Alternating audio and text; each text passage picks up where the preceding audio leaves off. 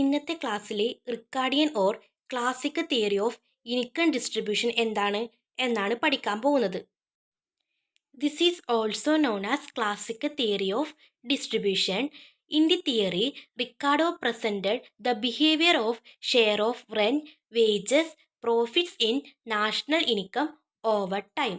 Following are the main assumption of the theory. First assumption, in the theory, economy is divided into two broad sector, agriculture and industry. എക്കോണമിനെ രണ്ടായിട്ട് divide ചെയ്തിട്ടുണ്ട്, അഗ്രികൾച്ചറും ഇൻഡസ്ട്രിയും.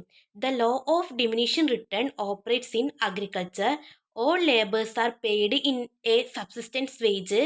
Profits are necessary incentive for capital accumulation, which is the key to economic growth.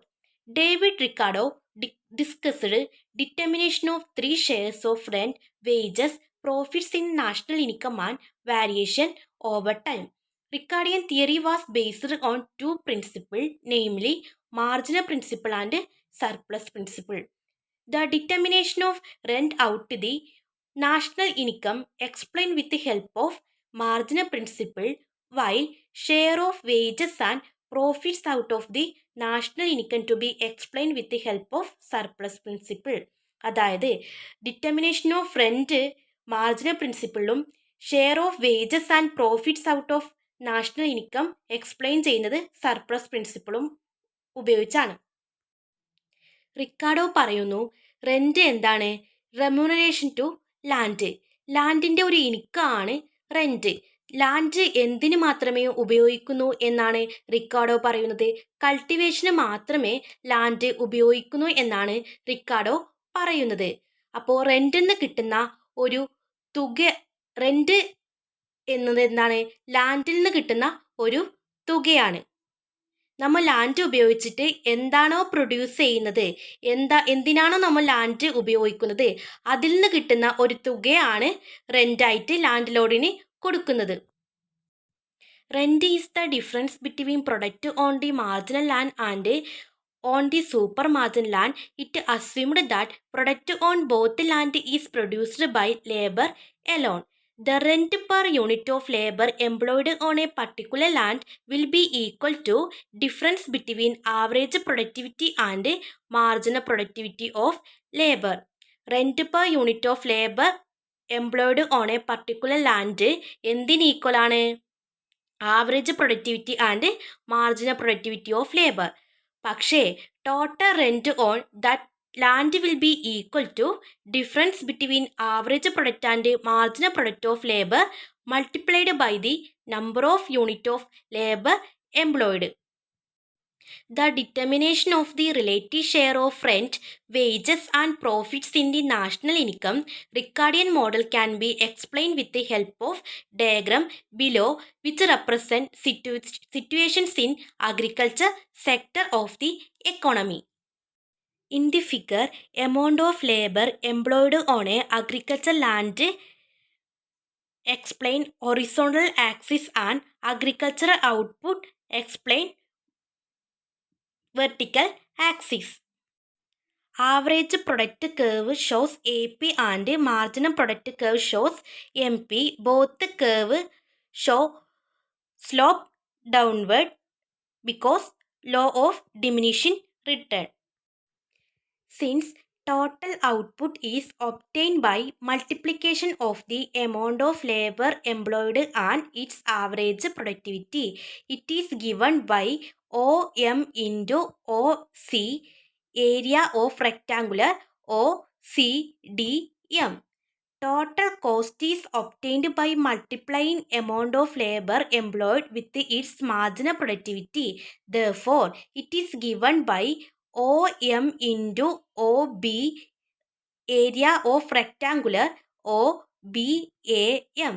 The difference between the two, that is the area of rectangle BCDA, is the amount of rent. The remaining part of the total product OBAM is divided between wages and profit. OBAM എന്താണ്? Divided between wages and profit. In Ricardian theory, the rate of wages is determined not by marginal productivity of labor but by minimum subsistence level, and at this level of wages supply of labor is assumed to be infinitely elastic. In the figure, wage rate corresponding to minimum subsistence level is OW, amount of agricultural output. Since amount of labor employed is OM, the share of the wages is national product is given OM into OW, area of rectangle OWKM. The balance that remain WBAK, which is the share of profit. Thus, in the Ricardian theory, profit is the balance which is over, left over after the payment of wages and rent from the total product. Figure assumed that OM quantity of labor is employed. This level of employment is determined not by the marginal productivity curve in the Ricardian theory but by the accumulation of capital. As capital accumulates, more labor will be employed for production, thus level of employment will increase.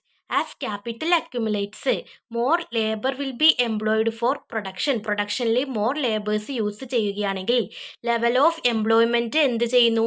Increase ചെയ്യുന്നു. As the level of employment increases, agricultural wages OWKM expands. എന്താണ്? Level of employment increase ചെയ്യുകയാണെങ്കിൽ agriculture വേജസും കൂടുന്നു. നിലവിലുള്ള OWKM wages എന്താവുന്നു? Expand ചെയ്യുന്നു, increase ചെയ്യുന്നു. However, since wage rate is fixed at OW, expansion take place in the horizontal direction from OWKM to OWLN and ultimately OWRQ. Vertical line KM move continuously to the right till it reaches line RQ.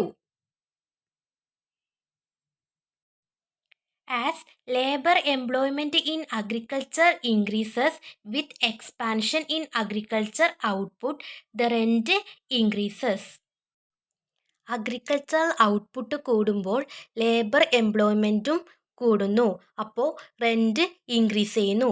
Because of declining MP and AP curve, the vertical distance between two curve increases with increasing number of workers employed.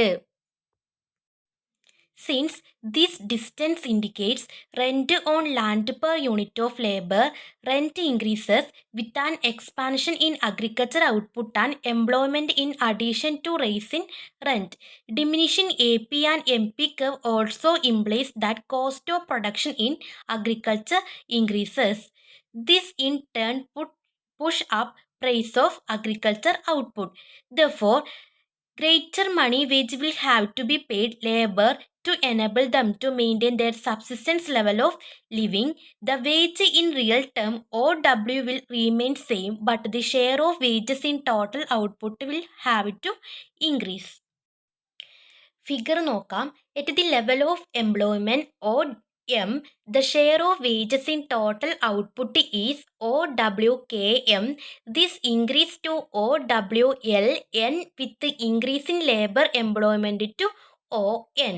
The ultimate highest level of employment is OQ, at which share of wages in total agriculture output rises still further to OWRQ.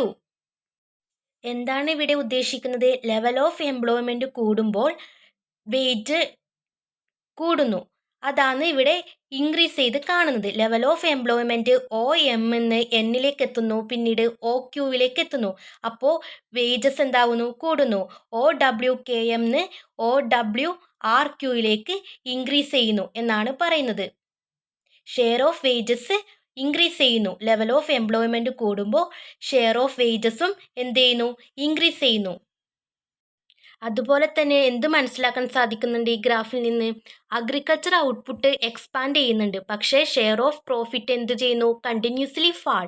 Profit earned per unit of labour is the difference between marginal product of labour and minimum subsistence wage paid to labour. Due to declining MP curve, the difference continuously fall with rise in labor employment. ഈ ഫിഗറിൽ നിന്ന് എന്ത് മനസ്സിലാക്കാൻ സാധിക്കുന്നുണ്ട്? Agriculture output expand ചെയ്യുന്ന സമയത്ത് share of profit എന്ത് ചെയ്യുന്നു? Continuously fall. Profit earned per unit of labour എന്തിനാണ്? Difference between marginal product of labour and minimum subsistence wage paid to labour.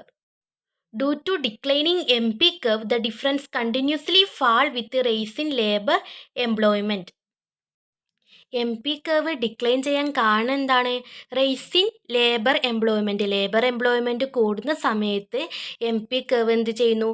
Decline ചെയ്യുന്നു. അപ്പോൾ എന്താണ്? ഷെയർ ഓഫ് പ്രോഫിറ്റ് കുറഞ്ഞു വരുന്നു. Profits declines not only in agriculture but industry as well. This is due to the reason that rising price of agriculture output would push up the money cost of the subsistence wage, forcing industry sector to pay more to the workers.